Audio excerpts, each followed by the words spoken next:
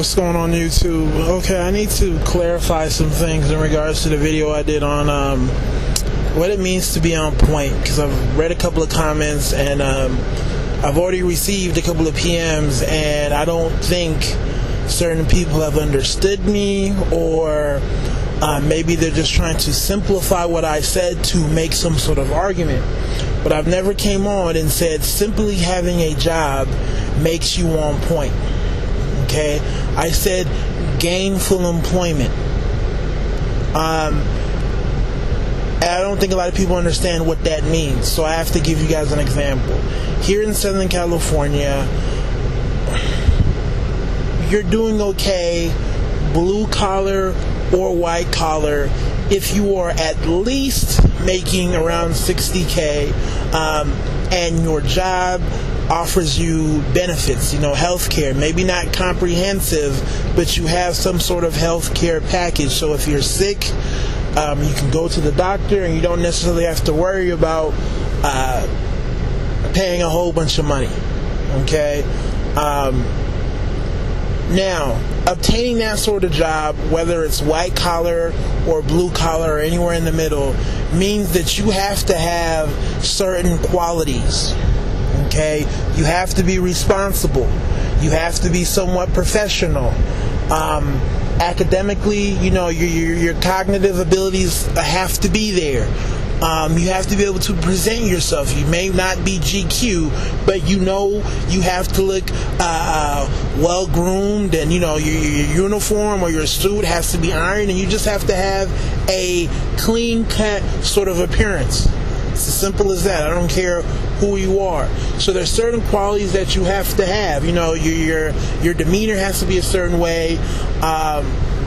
Your maturity has to be where it needs to be in order for you to obtain that sort of job, which is very hard considering our economy, especially when you factor in that you are a black male. So by me saying, on point black men need to have gainful employment, that is encompassing a lot of different qualities, because it's not easy to obtain that sort of position. And when you do have gainful employment, a lot of that will roll over if you choose to have a family. Okay?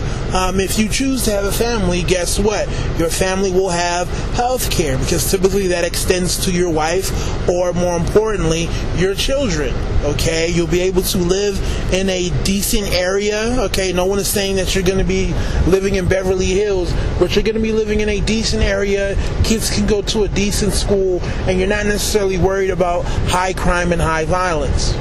Right? And even with that said, you're not living month to month. You have a little bit put away, okay? So you can do some future planning. And if things go bad, you're not going to be stressed about living on the street in a month or so.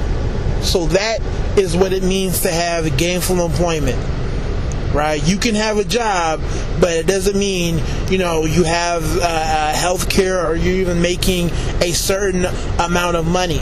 Okay, and that varies based off of where you live. I say 60 because I'm coming from Southern California, but even with that, that's probably a little bit too low. Maybe 10 years ago, but more than likely anywhere 65 and above, right? But like I said, that varies off where you live. I'm sure in other places of the United States, you don't have to be making that much to be able to hold yourself down, and also hold your family down, and more importantly, your children. So that's very important. And typically, your gainful employment, you're probably going to be full-time, okay? And like I said, you're probably going to have some sort of health care package. So when your daughter gets sick, well, guess what? You can take her to the doctor. You don't have to pray that she gets better. You can go see your pediatrician. Or if your son needs to see the optometrist because he can't see in class, well, guess what? You have a vision plan, right? It's not easy to obtain that, and simply having a job doesn't mean you'll be able to provide those sort of resources to yourself, let alone a family. Now, also, and this is in a PM that I got, being on point doesn't mean you're standing out. Doesn't mean you're above and beyond. being on point, like I said, means you have your shit together in the case of black men having gainful employment. But if you look at, let's say, a military boot camp, everybody there is on point. Your boots have to be put on a certain way, your shirt has to be tucked in, your bed has to be made a certain way, or the cot or whatever they call it, your pillow has to be in a certain part of the bed, everything about you has to be uniform. And the person next to you has to be in the same way. So everybody has to be on point. It doesn't mean you're standing out. Can you be on point and can you be standing out? Of course you can. But I don't really go into standing out and who's above who, because that's all relative. That's why I limited my definition to having gainful employment, because it encompasses so much, and no one's going to sit here and debate the whole idea of being on point but not being able to have money in the account, not being able to provide housing for yourself or family. Okay? You can't tell me you're on point if you can't do certain things. You can't tell me you're on point, but if you get sick, you can't afford to take yourself to the doctor. Or that if your daughter or son gets sick, you can't afford to take them to the doctor. That's not being on point, right? But everything else is just an add-on, okay? We can sit here and talk about, I think, men or whoever, who's making over 150K, that's on point. That's all relative. Okay, people can come on and say, I have this job, I drive this car. That's all relative. I grew up around professionals, okay? All my aunts and uncles, Infinity, Lexus, high-paying jobs, big-ass homes. So, to me, that's almost normal. So, if you have all that, you think you're standing out, but I'm like, no, you're not. It's all relative. But being on point, like I said, there's no real hierarchy to that. You're either on point or you're not on point. That's really up to whoever to say if you're standing out or not, if you're going above and beyond, because it's relative to what you think is above and beyond. But my definition of on point, to be honest with you, I feel is pretty universal. Right? I don't have a whole bunch of requirements, but there's some key requirements that can't easily be looked over. Right, so hopefully you guys understand where I'm coming from, because it's really not simply just having a job. It's more than that.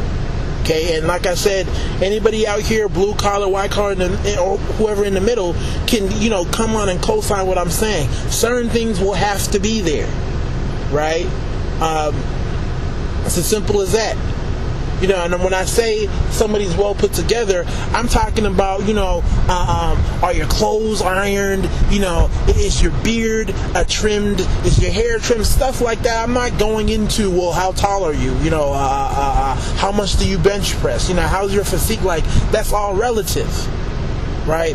But certain things are just universal.